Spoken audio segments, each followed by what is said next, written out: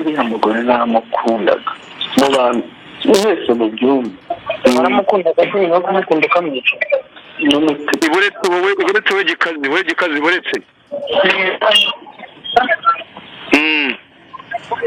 bari kuri conference urumva yego naho rimwe arabikukije noneho twaciye akantu kamwe namwe mbabwiye navereje sandrine SMS sandrine kariya kantu kagakobwa k'agashuti kibajya postinga nabo ka postinga ibintu nanjye kureba ari mu mahanga ufite nimero yabigize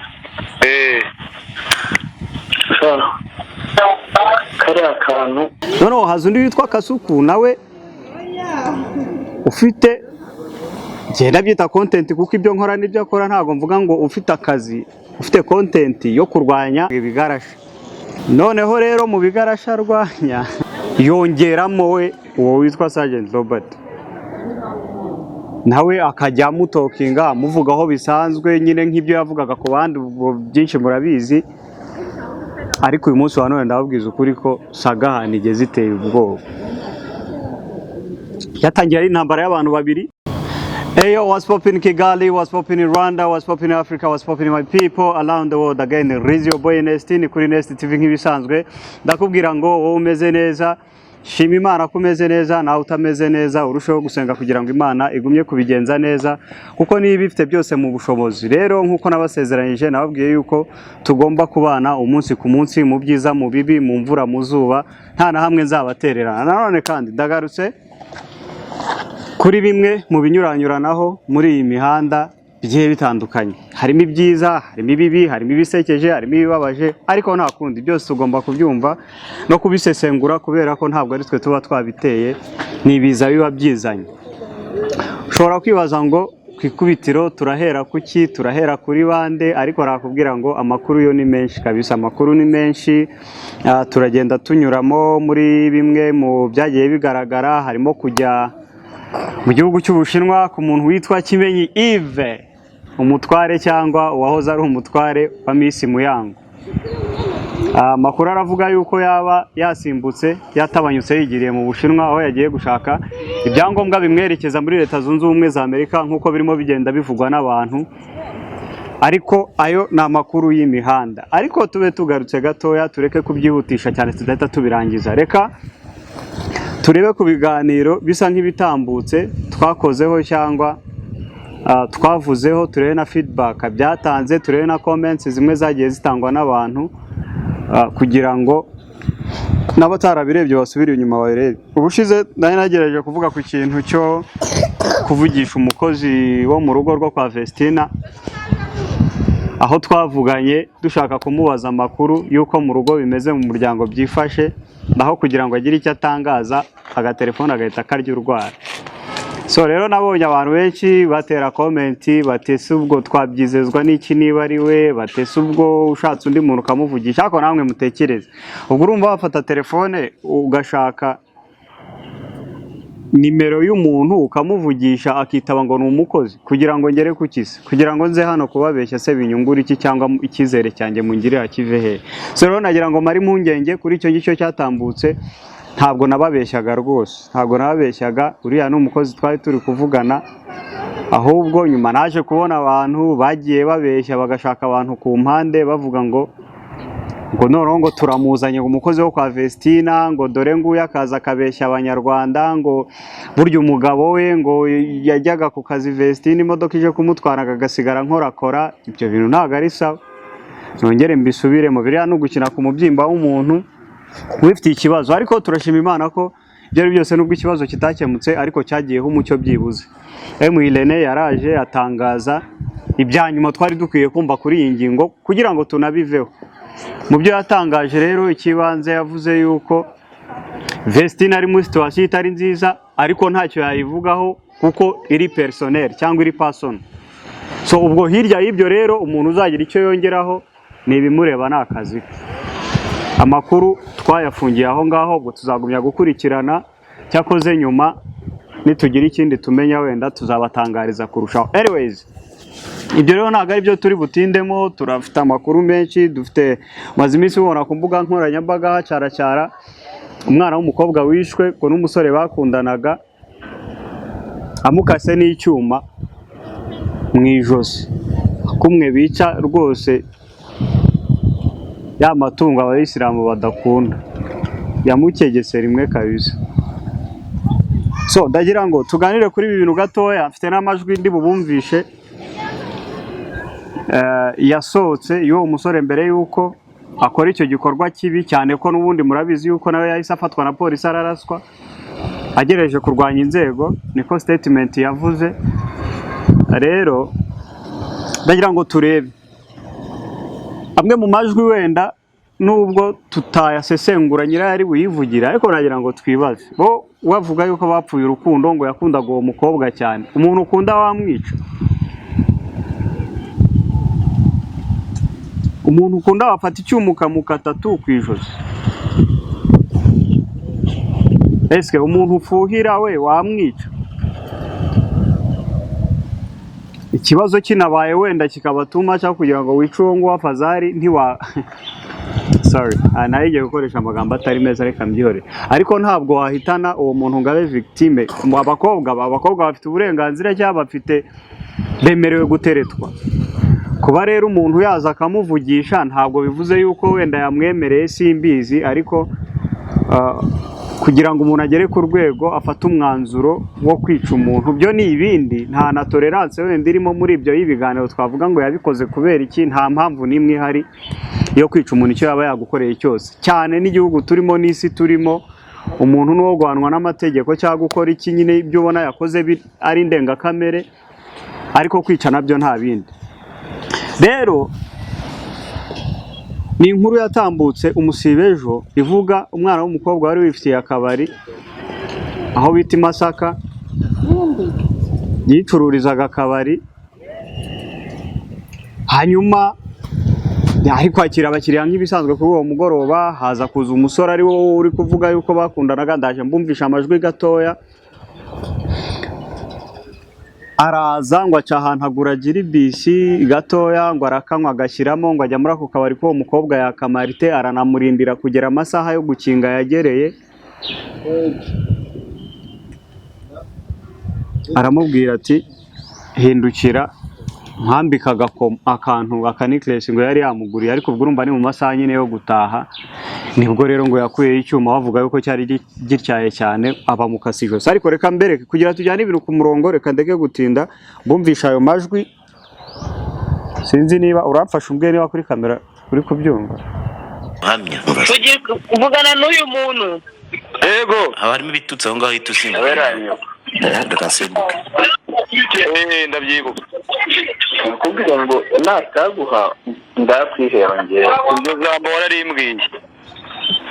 Uruza agahinda narifite. Impamvu ndakubwiye numvaga byibuze kugira birangire neza. Akanababara cyangwa nkuvugisha amagambo. Uriya mugore naramukundaga. Mu bantu wese mu byumba Baramukundaga cyane, bakamukunda ukamwica. Uretse we gikazi uretse. Bari kuri conference. urumva. Yego. Nahise mwaraye kukisha. None twashaka mu kamwe. Namwe mbabwiye. Navereje Sandrine SMS. Sandrine. Kariya kantu. Kagakobwa k'agashuti k'iwajya posting. Nabo ka posting ibintu nandikire hasi mu mahanga. Ufite nimero yabigize. Kariya kantu kankozeho.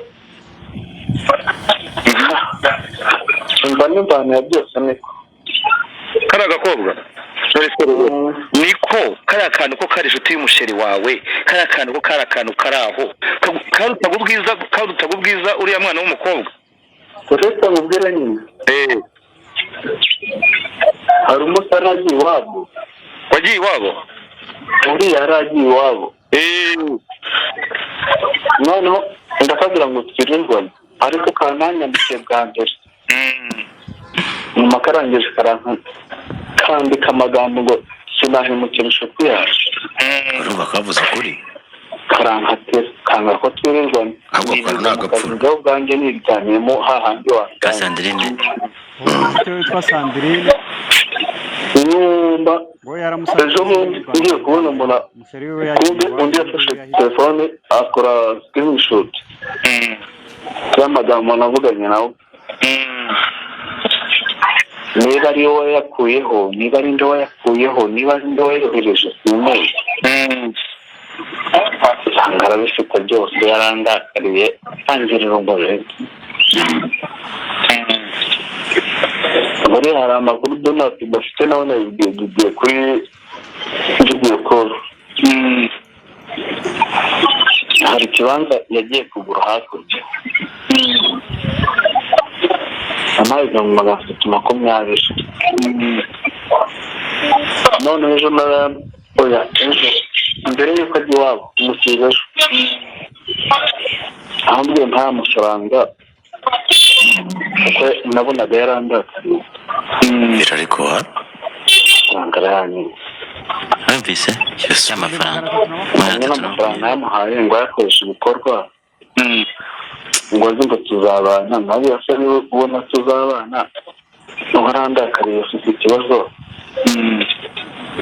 hasi nta mafaranga yanjye byose birangiye ko ari wa wundi ukubwira ati soda yanjye wanyoye ibigori byanjye wariye kugira ngo ni imikino wagira ngo ni imikino wa ndababara cyane reka mbereke reka tureke wenda amajwi ndi bushaka ubundi buryo yose nyacishamo mu kiganiro n'ibinkundira ariko reka twanarize dushingiye aho ngaho tutanagiye kure wenda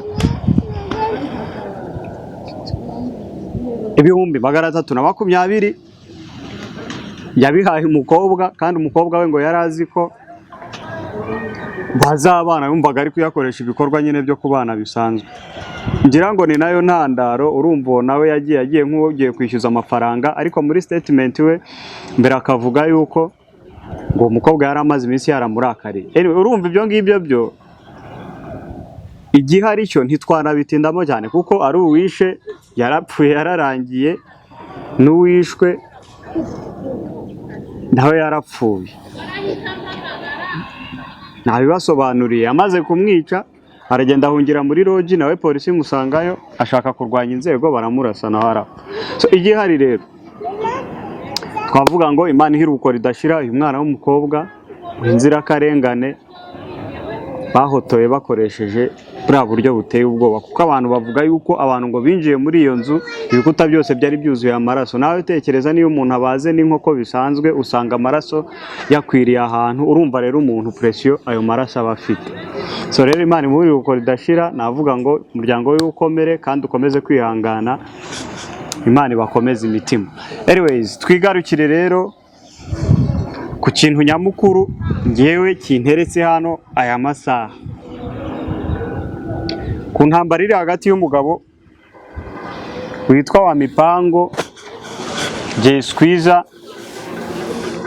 n'umugabo witwa Sergeant Robert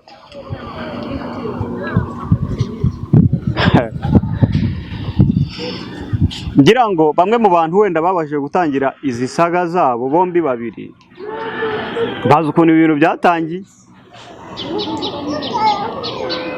njyewe ntabwo ndi bujye ku ruhande rumwe cyangwa urundi ariko ntitukarebera ibintu biri kuba kubera ko bitangira gutya aho byageze noneho ntabwo bikireba umwe byatangiye kwataka bikurwamo n'abandi bantu benshi batandukanye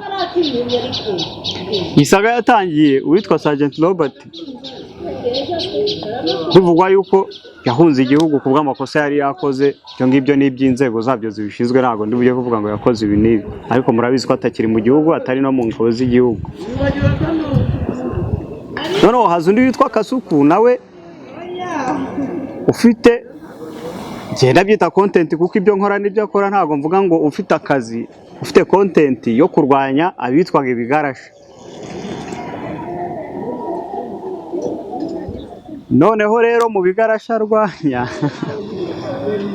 haba yongeramo we uwo witwa Sergeant Robert, nawe akajya amutokinga amuvugaho bisanzwe nyine nk'ibyo yavugaga ku bandi, byinshi murabizi.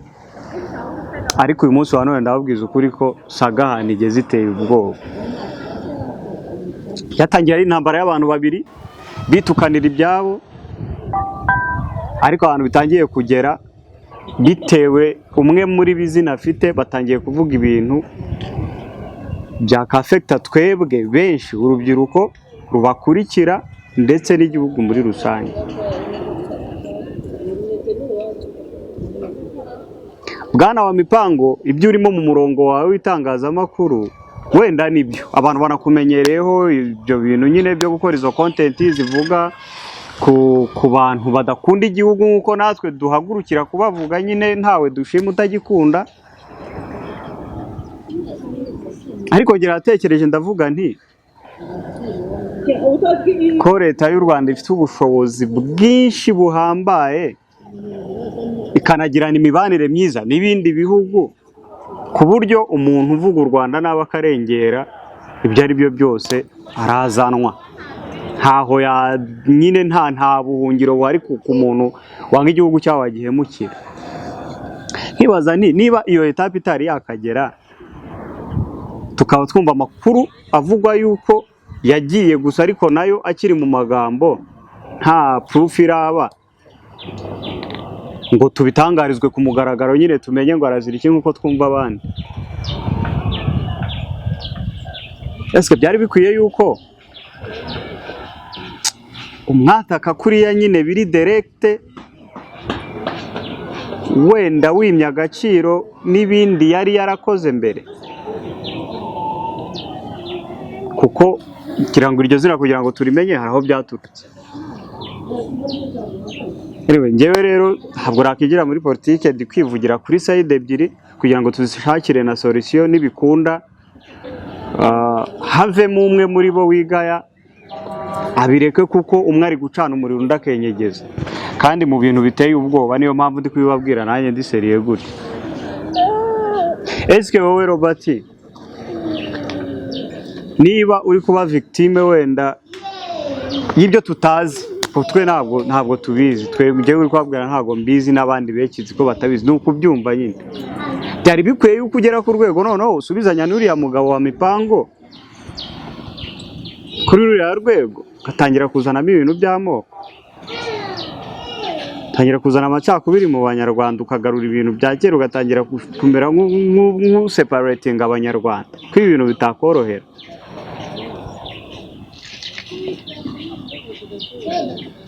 Hatangiye ari intambara isanzwe yanyu babiri, byarashobokaga ko umuntu asubizanya inbox, ariko wakagerageza kubivuga cyane wenda kugira ngo wagukeburire muri rubanda nyamwinshi nk'uko yabikoreraga abandi.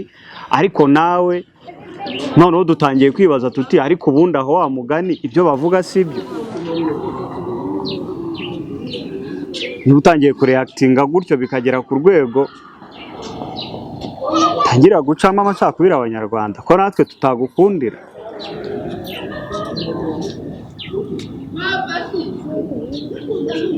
Tekerezeho kabisa. Kasuko niba ibyo avuga umufata nk'umusazi nk'uko bivuga, umuntu ufata nk'umusazi ntabwo yakavuza ibintu ngagukorogoshore ku rwego noneho cya gihugu warurwaniye, cya gihugu cyakwambitse amapeti, cya gihugu warariye amajoro, cya gihugu waruhiye, wakobokeye mu mvugo y'ubu, utangira gufata abagituye n'amahoro bifitiye, kandi nawe warakivuyemo ayo mahoro ubizi ko hari waranayarwaniye, utangire gushaka kuducamo ibi.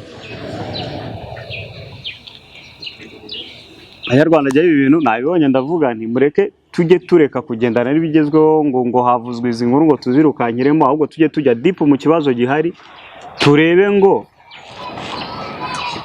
ko ntacyo kugikoraho dufite abo bantu tutabasha guhura. Ariko niba ushobora kwicara imbere ya kamera, ugiye kwicaraho bitwita ngo kwitereka, ugiye kwitereka uvuga iki kimarira cy'abanyarwanda?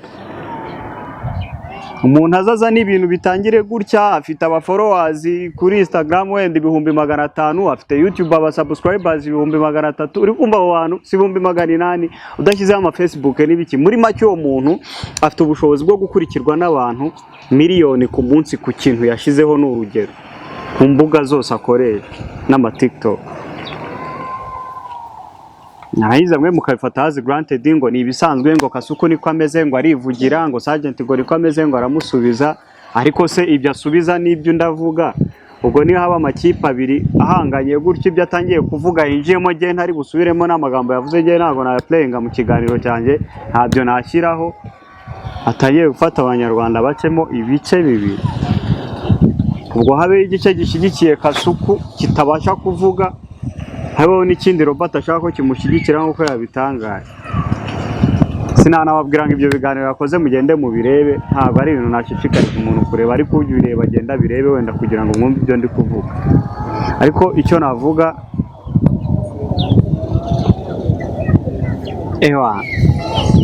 tukana ubwanyu, ariko ibintu bitangiye kuzamo igihugu cyacu n'abayobozi byo tubyiyorere kabisa. Ntabwo twirengagije iriya ndirimbo wakoze yamamazaga uriya mugabo uramuzi, ibyo ni ibyawe, ariko uri gutuma byose dusubira inyuma tukayura twibaza tutari ku bundi wamuganaho ibyo Kasuku yavugaga sibyo. Ariko se we niba ibyo avuga ari byo, uburyo abivugamo nibyo, nicyo kibazo nyine gihari. So mwebwe nk'abagabo rero babiri, umwe aragaragaza ko afite ishyaka ryo gukunda igihugu, n'undi akagaragaza ko agikunda. Mwembi babiri rero urwo rukundo rw'iba rubiri, nta mana ebyiri zibaho abantu bose, Imana ni imwe n'igihugu ni kimwe, mwese muri abanyarwanda. Mutwerere